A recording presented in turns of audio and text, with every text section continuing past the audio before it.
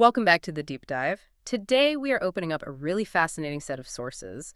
They detail a single, profoundly influential year in the life of a mysterious man named Theo, hmm and the deep, sort of silent current he brought to this quiet southern town, Golden, Georgia. Our mission here is to understand how this highly intentional act of living, how it became his ultimate masterpiece. It's a story that is, defined by paradox from the very, very beginning. Right. Theo arrives in Golden, and he's literally transporting himself from the fury of a late New York City winter. I mean, you can just picture it, this chaotic mess of snow and ice. Yeah, gray and cold. Exactly.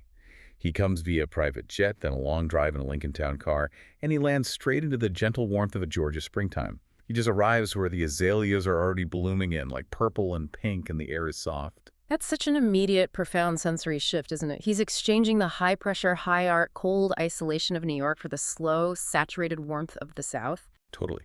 And what strikes you immediately about Theo is his persona. The sources call him the observer. The observer, I like that. And he's achieved what, most people only dream of. Complete anonymity, coupled with unfettered flexibility. No deadlines, no meetings, no obligations whatsoever. Which allows him to focus on, what, the little things. The microstructure of the world around him, exactly. He's meticulous. We read about him, whispering to a sparrow or stopping to study the velvety texture of a purplish azalea petal using a jeweler's loupe. A jeweler's loupe. That tiny magnifying glass. The very same one. That detail is so crucial.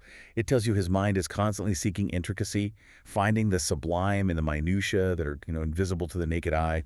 He speaks with this precise enunciation in a foreign accent, which we later learn is Portuguese. And it just suggests a lifetime spent in, intellectual pursuits and high culture. And his first impression of Golden. Oh, it's simple. It's appreciative. He just thinks it's a very pleasant place to be. He settles in. And he is very quickly drawn to the physical and social heart of the town, a coffee shop called the Chalice, owned by a man named Shep. Right. And this is where his new life truly begins. Because the Chalice isn't just a coffee shop, it's a public gallery for the town. The walls are covered, floor to ceiling, with portraits. Over 90 of them. Over 90, all rendered by this local artist, Asher Glisson, in what they call the art of the Chalice. And Theo is just immediately transfixed. He looks at these charcoal and pencil head and shoulders compositions with an intensity that, most people reserve for the Mona Lisa. He really does. Yeah. He scrutinizes them down to the intricate pencil lines, viewing them not just as drawings, but as an embarrassment of riches, a visual feast. He is literally studying the human condition through a local lens. He finds them so potent because they aren't glossy or idealized. They're real. Exactly. He senses an unseen narrative lurking in every single line. This observation leads to this famous whimsical fantasy he has. Oh, yeah. Tell us about that. He imagines that when the coffee shop closes for the night, the faces in the frames actually leave the walls, they mingle, they share their untold stories, and then they return to their spots before dawn. Okay, but hang on a minute. Is that just whimsy? Or is this Zyla, the meticulous observer, already mentally projecting these people outside of their societal boxes? He's seeing them as more than just the banker or the baker. And that's the key analytical point right there. He's seeing the complexity, the unaddressed worry, the hidden bashfulness. He's looking for the person they are when no one else is watching. Yes, that's it. He's not just appreciating art, he's appreciating potential. He believes these faces, with all their internal lives, seem to belong somewhere else. They deserve to be home, maybe to watch over a sleeping child or to witness a happy family dinner. The coffee shop wall, to him, is just a waiting room. Okay, let's unpack this then. This whole deep dive is about what happens when a man with immense resources and, zero obligations decides his sole mission is to empty a small-town coffee shop of its artwork. Right. Not for collection or profit, but purely through acts of intentional kindness, one intimate transaction at a time. It is a mission to validate the unseen stories of Golden. And that takes us directly into what the sources call his bestowal strategy. The bestowal strategy. He decides he intends to buy all 90-plus portraits. He is methodical about it. But when his associate, a Mr. Ponder, suggests they just buy them in bulk and mail them out. Theo completely rejects it. Absolutely rejects it. The process is everything. Yes, the method is designed to be intimate, a forced moment of human connection. He uses anonymous handwritten letters, meticulously penned with a fountain pen on this high-quality linen paper, inviting the recipient to meet him at a specific place. A very public, yet deeply private location. The Fetter Fountain on the promenade. And the fountain itself is perfect for this, isn't it? It really is. We learn its name. Fetter is this beautiful mispronunciation. It was named after a child accidentally mispronounced piece of feather during the original dedication ceremony way back in the 1880s. So this stage for his kindness is named after a small, fragile piece of beauty where the water exhales the silver mist like fairy dust. It's a space of unexpected magic and intimacy. Let's start with his first recipient, then, Minette Prentice. Her reaction, which she shares with her husband Derek, who's a lawyer, it really sets the tone for the town's initial apprehension. Oh, definitely. Derek immediately suspects a joke, a stalker, maybe even legal retaliation from some old case. But Minette is different. Minette, upon reading the letter, which refers to Theo as an exquisitely handsome 86-year-old man, she notes its undeniable sincerity and innocence. So what was it about her? Why her first? Theo chooses Minette for a very specific, deeply personal reason. Her eyes. He tells her they remind him of a beautiful, intelligent, and brave girl he lost in Spain more than half a century ago. So this isn't just a random act of kindness. This is Theo projecting his own past, his longing and grief onto a contemporary subject. It's an intensely selfish motivation disguised as altruism, which is, I think, a key tension in his entire strategy. And he focuses on her expression, right? He calls out a good sadness in her face. He does. He gives her this philosophical justification for her internal pain, stating that sadness is rarely stupid, and the good kind is always trying to tell us something very important. And that phrase is the key. That's what unlocks her story. It is the validation she desperately needed. Minette is the embodiment of internal conflict, driven by the crushing weight of external expectations. Valedictorian, summa cum laude, junior partner at a Big Four accounting firm, all these achievements dictated by her pragmatic, demanding father, Pierce Glisson. But she confesses to Theo that she is fundamentally an approval junkie, and that she sacrificed her deepest wish to be a mother. Yeah, and the sources reveal that the sadness stems from a past abortion. It was driven by her father's insistence that she prioritize her career over, domesticity. And so here she is, sitting across from a near stranger at a fountain, confessing this intensely private, painful secret. And Theo doesn't interrupt. He doesn't judge. He just listens with what the sources describe as a focused intensity, not like a priestly stillness, but just complete non-judgmental attention. He recognizes the profound beauty in her simple desire to be just a housewife and a mother. So the bestowal for Minette isn't the portrait itself, is it? No, not at all. It's the validation that her desire is beautiful and that her sadness is warranted. She needed permission to feel the loss of the life she hadn't lived. And the aftermath is, it's extraordinary. Derek, her husband, is watching from across the promenade, and he's spellbound by the shift in his wife. She decides to hang the portrait in their bedroom. And she turns into a mirror of self-acceptance. She whispers this mantra to her own reflection. Good morning, Saint Minette. You are strong. You are brave, and you're kind, even when you are sad. The portrait is no longer Asher's art.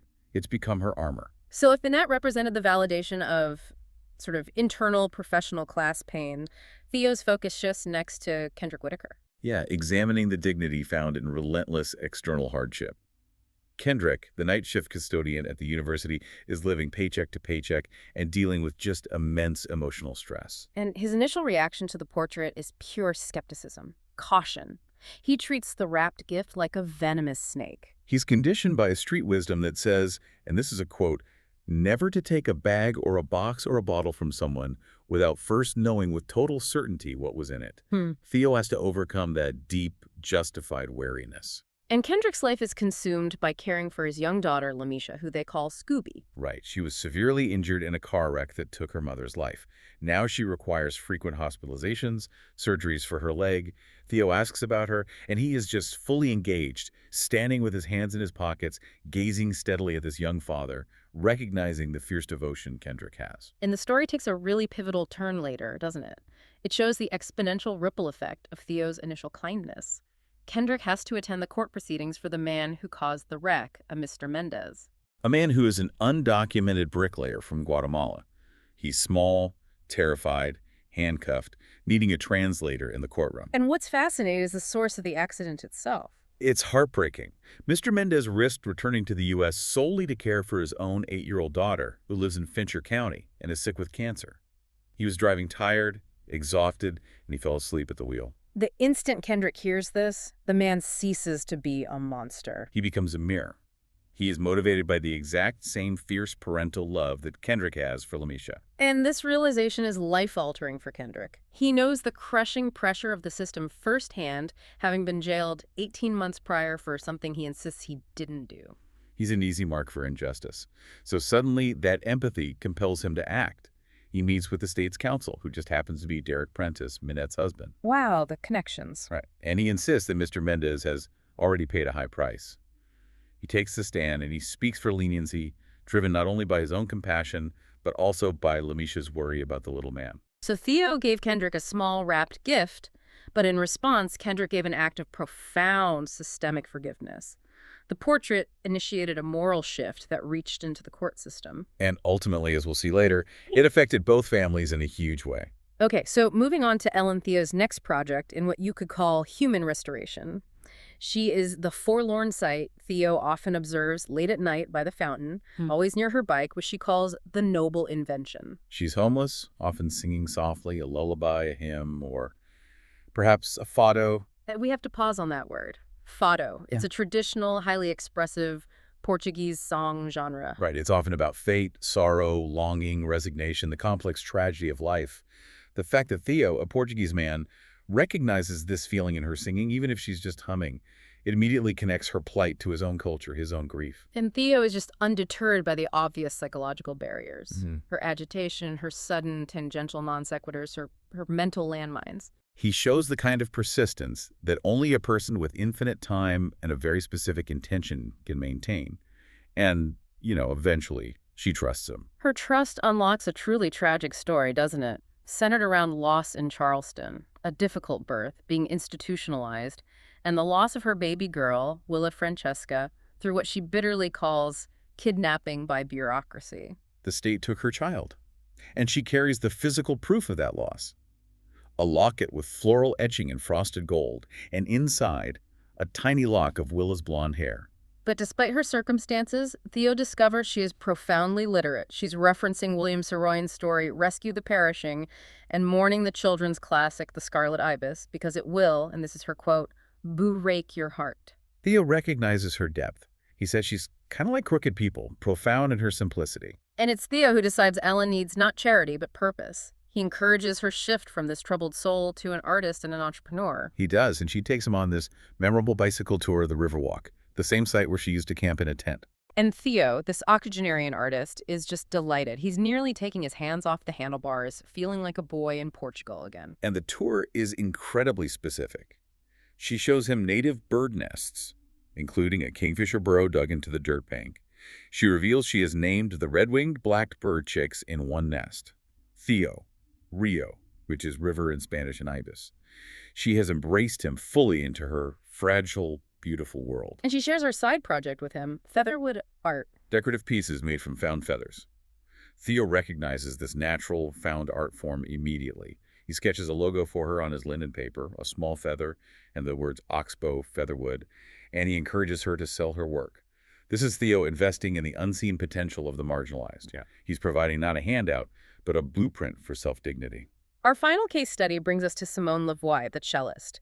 This one really brings the theme of art and fate full circle. We know Simone plays an 1859 Kreiner cello from Munich. Purchased with money left by his grandmother, who gave him a very specific instruction: buy a cello and play for the angels. And Theo quickly identifies Simone's dedication. He makes a mental note of Simone's upcoming master's recital, which is a career-defining event. Symphony representatives will be there. And Theo ensures he is there. He's sitting front and center, but he doesn't come alone. He brings Lamisha, Kendrick's daughter, who spends the entire performance gazing upward at the angelic sculpture above the stage. And the recital itself becomes a testament to Theo's impact. The highlight is an original composition, Fado for Theo, performed by Simone alongside Basil, a street musician Theo also helped. And Kendrick. The custodian, who we learned, sometimes sings loudly when the university halls are empty. So this performance unites the beneficiaries of Theo's kindness in a collective act of high art, all honoring him. And his ultimate perfect show of support comes at Christmas, the gift of an excellent Emil Werner bow. Made of Pernambuco wood from Brazil, a very specific important detail. This is the gold standard for orchestral bows, renowned for its density, its resilience, its acoustic properties, exactly the sort Simone had only ever dreamed of. And Theo's accompanying note is elegant but metaphorical. There are songs in this bow that only you can play. Play well for the angels. He's giving Simone the tool, but reinforcing that grand vision. So these four cases, Minette's emotional liberation, Kendrick's profound forgiveness, Ellen's artistic affirmation, and Simone's professional validation, they form the intricate living pattern of Theo's deliberate year in Golden. So let's take a moment to look at the motivation behind this intentional life, the identity of the man himself. Gemez Theophilus Zilavez. Or Zila. Wait, the Zila, the artist? The very one. Zila was, and still is, a seismic figure in the high art world. A renowned Portuguese-American artist, a one-name celebrity with a 6-decade career focused on classical realism. He commanded record-breaking sales and fierce critical praise. The paradox of his fame, though, is that he was a recluse for 30 years, meticulously guarding his privacy while at the same time being this constant subject of debate. Right. His decision to stick with classical realism was, well, it's controversial in the late 20th and early 21st centuries. Critics denounced his style as outdated, simplistic, and apolitical, arguing he refused to engage with modern socio-political movements. It sounds like his choice of style was a defiance in itself. He was focused on the internal human landscape, the detail in the face, rather than the external chaos of the world. Just surviving that hostile critical environment was a huge achievement. And he had these serious, long-standing connections that illustrate his commitment to loyalty and history. He was a client of Mr. Ponder's father, and he repaid a favor by investing substantially in Timmins House distributors after these disastrous floods hit the port cellars of Vila Nova de Gaia, Portugal in 1969. Okay, let's dwell on that 1969 event for a moment. This isn't just a simple business favor. It speaks volumes about Zila's character, doesn't it? It really does. The port industry is ancient. It's dependent on decades of slow maturation. For the sellers to flood means losing generations of product. So investing significantly after a disaster like that, it shows he understood the value of deep roots and long-term recovery, which kind of mirrors his own philosophy of life. And those deep roots take us directly to his childhood. Born and raised in the north of Portugal, near the Douro River, the River of Gold, this background provides the context for his most profound metaphor, which he shares with Tony Wilcox, the owner of the Verbivore bookshop, over a dinner party. The port wine analogy. The port wine analogy. It's a fantastic illustrative story. He opens a specific bottle of vintage 1947, which by coincidence is Tony's birth year.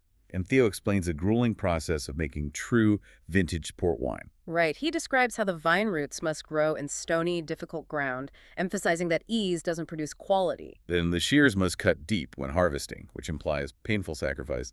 And finally, the liquid spends decades in the dark to mature. It's a perfect metaphorical framework for his philosophy of life. Hard-won sweetness, the sublime complexity of the vintage court requires difficulty, sacrifice, and long, dark periods of waiting. And he makes the connection deeply personal for Tony. He shares that at age 15, he might have been one of the young men whose feet, when they were much younger, danced on those very grapes in the wine press. So when Tony drinks that port, he is tasting the physical reality of Theo's childhood, the sunlight, the laughter, the sweat, the music, all filtered through time and pain. But the sweetness of that port wine stands in sharp relief against the source of his profound, lifelong grief. In 1987, Zila's wife, who the sources say was seriously inebriated, and their daughter Tita were tragically killed in a single-car accident in France. And this trauma just shattered his life. It led to a profound depression. He ceased producing his realistic portraits completely, entering a period his publicist cleverly marketed as his walking season. He eventually returned to art temporarily, producing this flurry of abstract pieces collected in an exhibit called Ecclesiastes. It was a chaotic, fragmented expression of his internal turmoil. But the moment that broke the fever of his grief is crucial to understanding his return to detail, isn't it? It is. It occurred late one April evening in France, when he witnessed a murmuration, this spectacular cloud of starlings and redwings, thousands strong, flying with synchronized, mesmerizing precision. This immense organized beauty, the sources say, helped him separate beauty from his grief. And as the sky changed color, transforming from gray to lilac and gold, he saw the first and only star emerge. He whispered, "Tita, darling, look, a star for us." This tiny, precise detail, that one star, became his new emotional touchpoint. He would later check the local paper religiously for the exact time of sunset, ensuring he would be punctual for his date with his daughter's memory. He was embracing the small, dependable beauty of the universe. This history reinforces why his entire philosophy of kindness in Golden was rooted in anonymity. When the reporter Catherine Lesker tracks him down, he is genuinely desperate for his story not to be published. He explicitly cites Wordsworth's Tintern Abbey, arguing that the best portion of a good person's life is made up of the little, nameless, unremembered acts of kindness and love. He's striving to live by that biblical rule: do not let your left hand know what your right hand is doing. And his motivation for this anonymity is deeply personal. It's corrective. He tells the reporter he regrets a past experience where a school was named after him. Right, that public, monumental honor resulted in a feeling of big emptiness. It was transactional. It fed the ego of Zila, the celebrity.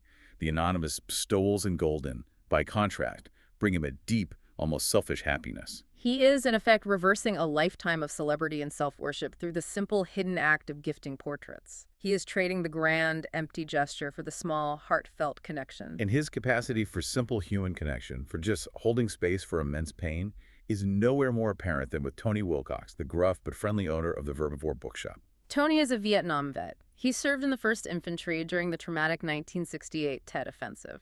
And Tony carries this immense, decades-long guilt over his wartime memories, including the horrors of Desecration.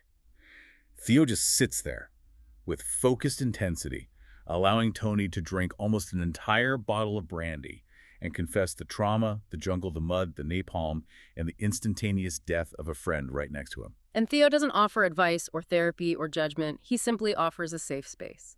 A moment of deep confession for a man who hasn't been able to unburden himself in half a century. And when Tony finally shifts the subject, he explains that he sees books as safe, reliable containers of information, contrasting them with the chaos and bestial nature of war that brought out the worst in his comrades. So Theo's quiet, steadfast friendship provided Tony with this rare moment of peace and grounding. He was integrating the abstract artist back into the painful, messy, redemptive world of humanity. He was painting a portrait of acceptance, not on canvas, but in conversation. Which brings us, unfortunately, to the dramatic shift in the narrative. The tragic final months in Golden, which begins with a shocking incident involving Clarice, who later prefers to be known as Mia. This is where the beauty of Theo's system collides violently with the ugliness of the real world. Yeah. Theo had attempted a bestowal to Clarice, whose portrait displayed a beautifully proportioned face with eyes that were cautious and hesitant, perhaps even afraid. Tragically, her jealous and abusive ex-boyfriend, Cleve Torber, intercepts the letter. He immediately assumes Theo is a sick old man trying to proposition his girlfriend, and he decides to meet Theo at the fountain himself. The encounter is just. It's brutal, and it's symbolic. Torber, standing over Theo, snatches the framed portrait, slams it to the ground, and violently smashes the glass and the wood under his boot heel, his eyes fixed on Theo the whole time. It's more than vandalism, it's sacrilege. It's the deliberate desecration of Asher's art, the systematic destruction of the act of kindness itself. That moment, the sound of the glass shattering and the wood snapping, it awakens something primal in Theo, the sleeping bear. He unleashes this rare, visceral fury, the Portuguese curses spilling out in a bilingual torrent. Idiota! Babaca! Filho da puta! How dare you! He is so enraged that Derek Prentice, who just happened to be nearby, had to physically thrust himself between the two men to prevent actual physical violence. And Theo later retrieves the remains of the portrait. It's torn, creased, and punctured, bringing a clear boot print visible like a fresh bruise. He lays it down with the solemnity of a burial. This is the only instance where his attempt at kindness was met with complete destructive malice. But Mia, who works at the Canto restaurant where Theo often dined, she later recognizes him and writes him a final letter. Right. She reveals her true name is Mia. She apologizes for the violence and the unkindness, and she requests that he destroy the desecrated image, confirming that Clarice is no longer in Golden. Which is such a powerful statement of her own transformation, her break from her abusive past. It shows that even the failed bestowal led to an internal shift. But the shadow of violence lingered. The final, fatal night occurs well past midnight, following Simone's emotionally charged master's recital. Theo's reading in his apartment in Ponder House, still sort of disoriented from the recital's excitement, struggling to find the slowly gathering silence. That silence is brutally shattered by the sound of three boisterous young men moving down the promenade full of drunken malice. They approach Ellen, who is sitting alone on her bench at the Fetter Fountain, singing her quiet, plaintive songs. And Simone, who is walking home after his career-defining recital, he witnesses the attack and rushes to defend Ellen. Ellen, driven by the trauma of her life, fights back desperately, flailing with an energy and agility that were relentless and feline. But the largest of the hooligans, in an act of petty, deliberate malice, opens Simone's cello case. And the sound of that 1859 Kreiner cello shattering against the bench, Yep. it must have been terrifying. It's the sound of historical beauty being pulverized into junk. The wood splintering, the soundpost snapping, they throw the remaining shards into the water of the fountain. Roused by this explosive sound and the shouting, Theo rushes to his balcony, and Mr. Ponder had explicitly warned him that the railing was an 18 inches too low rail, a detail that just haunts this final moment. He shouts desperately, "Stop! Please, please stop!" But he's unheard over the ruckus. In his urgency, driven by the need to protect his friends and protect that fragile beauty from desecration, a feeling magnified by the earlier incident with Mia's portrait, he leans dangerously across the low railing. He loses his balance and falls to the pavement below. The fall is concluded by the authorities to be a accidental death while leaning over. But the poetic reality, the narrative reality, is that Theo died intervening. He died rushing out of his anonymity to defend the beauty he'd spent the last year manufacturing.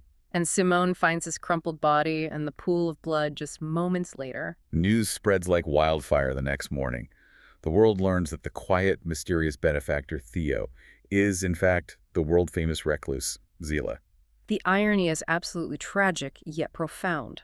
Zila's longtime assistant, Anais Metoir, confirms to the press that Zila was happier perhaps than I have ever known him to be. She states he had been fully invested in the art of living, in Golden, finding contentment in those little nameless acts, only to meet such a violent, unnameless end. The final chapter unfolds at his memorial service, held at St. James, bathed in the radiant evening sun filtering through the stained glass, causing patches of red, lavender, and gold to shift kaleidoscopically. In a deeply symbolic gesture that acknowledges their role in his life, all portrait recipients, Minette, Kendrick, Basil, Frankie's family, Tony, Shep, Mr. Ponder, they're all invited to sit in the front rows. They're treated as immediate family. And perhaps the most moving symbol is Ellen. She's there, still bruised and bandaged from the attack, but she has special dispensation to park the noble invention, her bicycle, right beside the pew. She's no longer the forlorn sight, but a recognized member of his chosen community. Father Lundy's sermon focuses on the biblical story of the road to Emmaus, how Jesus joined two pilgrims anonymously, making their hearts burn within us as he revealed the truth through companionship. And Lundy draws the direct connection, stressing Theo's winsome commitment to the seen and the unseen, and suggesting that his every kindness was a signpost pointing to something higher. The sermon sets the stage for the true, ultimate secret, which is unveiled after the service when Mr. Ponder, acting as Theo's agent and landlord, delivers a key to Asher Glisson, The artist who drew the portraits. and two final letters. The contents of Theo's own letter are absolutely staggering, confirming his real reason for being in Golden. The revelation is explosive. Theo is Asher Glisson's biological father. Unbelievable. Theo explains in the letter that Asher's mother was the girl from Golden he met in Spain at the height of his early fame.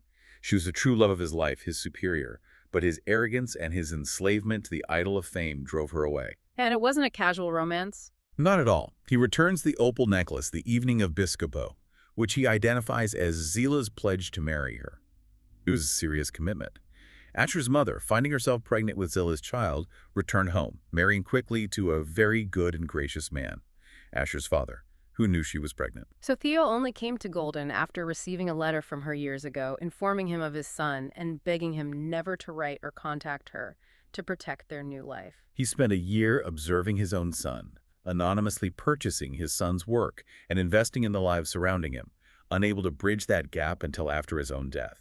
And the letter also confirms long-held artistic secrets. Theo explains the meaning of the painting hanging in Asher's hall, me painting you, painting me. He confirms it is of Zila painting Asher's mother in their Elysian field in Spain, while she was simultaneously painting him. That title, me painting you, painting me, is so profoundly intimate. It's not just a memory. It's Zila acknowledging that she, the girl from Golden, was his true muse and his superior, and that even as he captured her, she was fundamentally capturing him, altering his identity forever. Yes, the act of observation and creation was mutual, and that cyclical relationship of love and art defined his hidden year in Golden. And the final words of the letter? They serve as a farewell and a blessing to the son he only knew as a friendly, talented face. I am a grateful old man, a proud father. Press on, dear boy. Seek truth. Make beauty. Live well. I love you, my son. Till heaven, Theo. So the tangible legacy of Theo's year in Golden, it ensures that his goodness lives on. The ripple effect continues far beyond the fountain. Lamicia's education is paid for. Right, ensuring she can pursue her goal of becoming a physical therapist or an artist. And that ripple effect is beautiful. Lamicia is now texting Maria Mendez, the daughter of Mr. Mendez, the undocumented bricklayer who caused the accident. Kendrick's act of forgiveness has created an unexpected connection and healing between the two families. And Kendrick himself is promoted to day shift supervisor with a good salary and benefits, finally achieving stability and predictability for himself and Lamicia. A stability Theo would have deeply appreciated. And Simone. Thanks to a community effort spearheaded by the town, he receives a new, vintage cello, replacing the destroyed Kreiner. And, crucially, Ellen contributes a substantial $1,600 from her amassed Featherwood savings. The marginalized woman Theo affirmed is now contributing to the community's healing. And her Featherwood business is thriving, running out of Jason's bike shop. Mr. Ponder, the epitome of highbrow propriety and corporate success, even displays a piece of her feather art on his immaculate desk, symbolizing the complete overturning of Golden's traditional social hierarchy. And finally, the mission comes full circle. Theo's portrait is hung at the chalice, the starting point of his strategy, flanked by the portraits of Tony and Ellen. His face, the face of the mysterious observer, is now part of the permanent collection, a quiet testament to the dignity he restored to the people of Golden. It's just striking that Zila, Gaius Theophilus Sileves, spent his entire life mastering classical realism, capturing the beautiful details on canvas, only to realize in his final year that his truest art was the art of living. He traded the isolated celebrity of the studio for the messy, profound connection of the human heart, actively manufacturing beauty and meaning in the lives of strangers. And what's so fascinating here is that his final year can be analyzed as a conscious work of art. Zila's classical realism was criticized for being the abandoned child of modernity's disillusionment. He rejected abstraction for the truth of the observable human form. Right. So now that we know Theo's story, the commitment to the messy, contradictory, intimate details of Minette, Kendrick, Ellen, and Simone, you have to ask, was his final year of anonymous human engagement in Golden his truest, most complete, and most complex masterpiece of realism? Something real that lasted long after the portrait was shattered or the cello was destroyed? That's a profound thought to take with you. Indeed. We'll leave you to ponder that image, the anonymous masterpiece. Until next time, keep digging deeper.